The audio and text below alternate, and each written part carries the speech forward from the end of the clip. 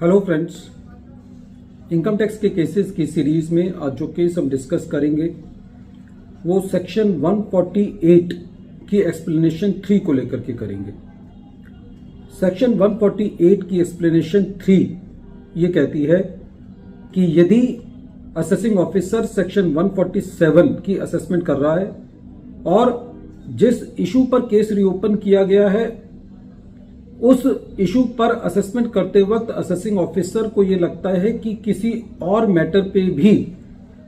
Assessee की income पर tax लगने से रह गया है तो असेसिंग ऑफिसर उस इनकम पर भी टैक्स लगा सकता है। लेकिन ओवर ए पीरियड कोर्ट्स के काफी सारे जजमेंट्स में यह कहा गया कि एक्सप्लेनेशन 3 टू सेक्शन 148 खाली उसी परिस्थिति में असेसिंग ऑफिसर लगा सकता है जब असेसिंग ऑफिसर ने असेसी का एडिशन उस इशू पर किया हो जिस इशू पर सेक्शन 148 का नोटिस असेसी को इशू किया गया है। प्रेजेंट केस में ऑनरेबल दिल्ली हाई कोर्ट के सामने यही इशू था कि यदि असेसी को जिस इशू पर 148 का नोटिस इशू किया गया है उस इशू पर एडिशन नहीं होती तो क्या एओ दूसरे इश्यूज पर एडिशन कर सकता है। यही मैटर ऑनरेबल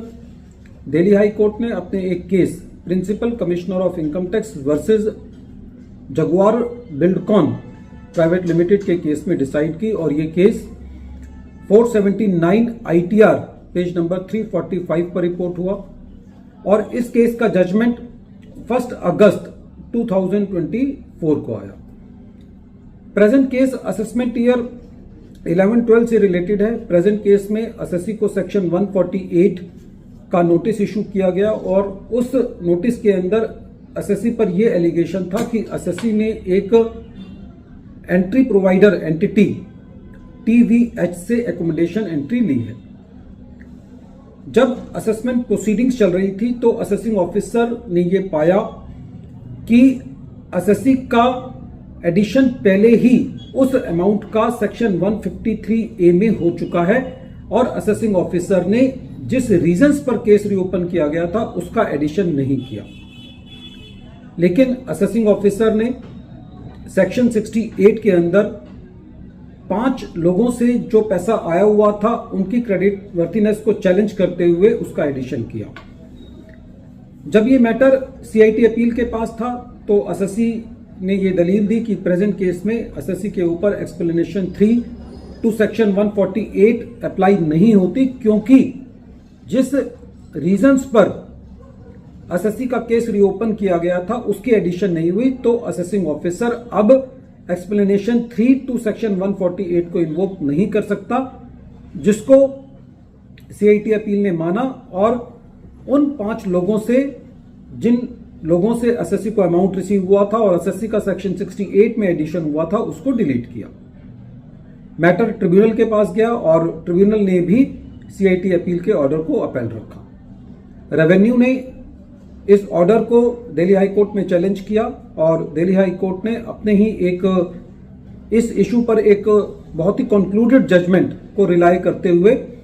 रेवेन्यू की अपील को खारिज किया। उस केस का नाम है Ranbaxy laboratories limited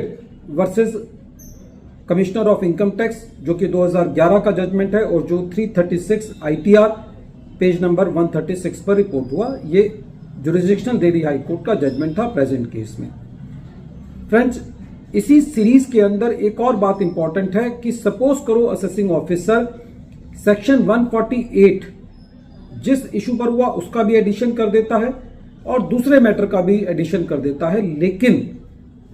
CIT appeal या हायर अपीलेट अथॉरिटी उस इशू के एडिशन को डिलीट कर देता है जिस इशू पर सेक्शन 148 का नोटिस हुआ था, तो फिर बाकी एडिशंस भी ऑटोमेटिकली डिलीट हो जाएंगी और रेवेन्यू को एक्सप्लेनेशन 3 टू सेक्शन 148 का बेनिफिट उस केस में भी नहीं मिलेगा।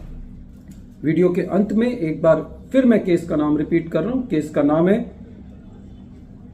Principal commissioner of income tax versus Jaguar Buildcon private limited और ये केस 479 आईटीआर पेज नंबर 345 पर रिपोर्ट हुआ और इस केस का जजमेंट 1 अगस्त 2024 को आया। Thank you friends.